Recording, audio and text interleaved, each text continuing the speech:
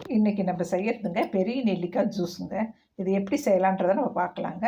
அதற்கு தேவையான பொருட்கள்: பெரிய நெல்லிக்காய், இஞ்சி, கருவேப்பிலை, புதினா இலை, எலுமிச்சம்பழம், உப்புங்க.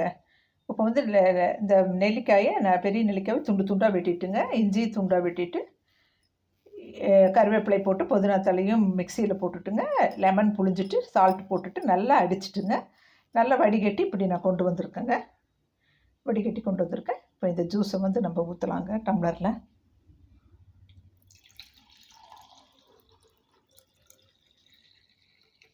சூப்பருங்க. உடம்புக்கு ரொம்ப ஹெல்த் பெனிஃபிட்டுங்க.